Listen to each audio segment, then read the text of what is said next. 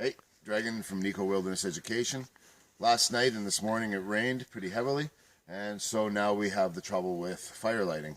So with a bit of shopping around, underneath these big canopies of what we have here is spruce, you can find good dry material after a day of rain quite easily with a bit of shopping around. So what we're going to look for is we're going to look for these type of branches underneath the canopy that have the right grades, which would be match thickness to pencil thickness all the way up to finger thickness. Now to check to see if the moisture's got into it, we're gonna, with that snapping sound, we know it's nice and dry. So the way you want to harvest a really quick twig bundle is go into the tree, elbow to fingertip. This method works really good with green trees as well if you're making a spruce bough bed. So you want to grab it from underneath, you want to break it up away from you and then pull down, and see that tail didn't come with it, because we get to break up away and pull back towards you. And when you stack the material, you want to stack it with all the grades one on top of another.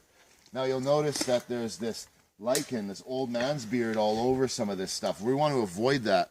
We want what we call instructor grade quality with no lichen if possible.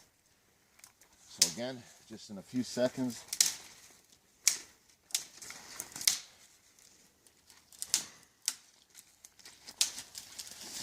Okay, now with that being achieved, then what we want to do is we actually want to make this into a different style of bundle. We can light it like this if we care to, but we're going to do something a little different. So what we're going to do is I'm going to take all these pieces, these nice thin ones, and I'm going to go ahead and break it, and I'm going to organize it like so. So all those thin pieces, those match thickness ones, are now underneath the pencil thickness ones.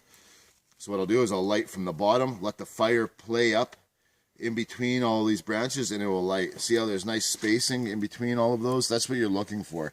If I tried to light it down here where it was all compact, there's no air, there's nowhere for that fire to play into. So we want to leave that spacing, and hence that's why you grab it down here, and so you don't start your hand on fire. Now there's also these red needles, and so we're gonna just give ourselves a little bit of an edge today because it rained on us all night and this morning. So I'll go ahead and I'll just stack that in there. Got a nice wet spot here to demo this.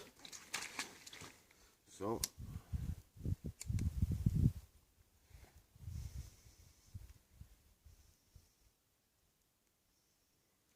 playing the fire.